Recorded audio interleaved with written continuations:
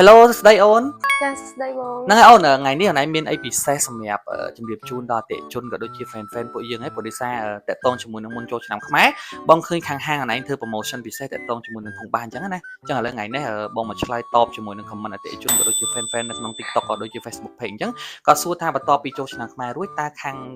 ហាងអូនឯងមាន promotion អីពិសេសថែមទៀតអត់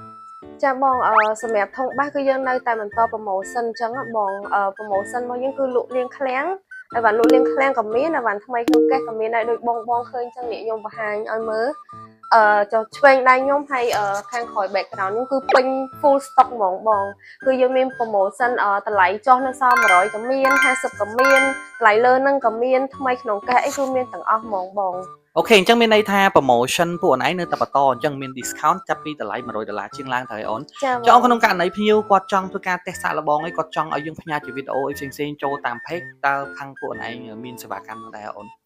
ចាបងនិយាយទៅបាសដូចបងឃើញអញ្ចឹងខ្ញុំបង្ហាញនេះគឺមានច្រើនម៉ូដច្រើន model ខ្លាំងមែនតើអញ្ចឹងសម្រាប់បងដែលគាត់ចង់មកមើលផ្ទាល់អីគឺគាត់អាចមកមើលផ្ទាល់និងតេស្តផ្ទាល់បានបើគាត់ឲ្យខាងបងអូនផ្ញើវីដេអូទៅគឺមានច្រើនមែនតើហើយសលេងយើងស្ដាប់នៅក្នុងទូរស័ព្ទហើយនៅក្រៅគឺវាអត់ដូចគ្នាទេអញ្ចឹងខាងបងអូន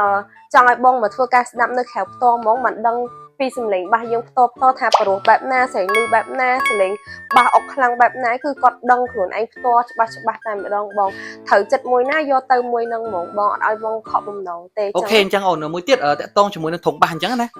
មានភ្ញៀវខ្លះគាត់សួរថាតាក់ទងមួយធុងបាសហ្នឹងថ្មីហ្មងឬក៏ធុងបាសមួយទឹកដែរអូនចាបងសម្រាប់អីវ៉ាន់ខាងបងអូនធានាជូនគឺថ្មី100%តែម្ដងគ្រាន់តែជាប្រភេទអីវ៉ាន់យើងដាក់តាំងសម្រាប់ភ្ញៀវគាត់តេស្តអីវ៉ាន់ខ្លះយើងបាត់កេះបាត់អីចឹងទៅគឺយើងធ្វើការ promotion ចោះចឹងប៉ុន្តែធានាគឺអីវ៉ាន់ថ្មីគ្រាន់តែមានកលិតតិចតួចគឺយើងមានការ promotion ចោះតាមតម្លៃចឹងមានចោះ$50ចុះ$80តាម model ចឹងទៅបងអូខេអញ្ចឹងអរគុណច្រើនអូនចឹងថ្ងៃហ្នឹងសំណួរបងមានតែប៉ុណ្្នឹងទេអញ្ចឹងចំពោះព័ត៌មានលម្អិតឬជំងាត់ផ្សេងៗអតិជនទីសាញ់ទាំងនេះអាច comment ខាងក្រោមវីដេអូឬក៏ឆាតចូល page បានត្រូវទេអូនចាបងមកដល់ទីតាំងហាមខ្ទប់បានចាទីតាំងនៅម្ដុំបឹងកក់បងអូខេអរគុណច្រើនបាយបាយអូនបាយបាយបាយ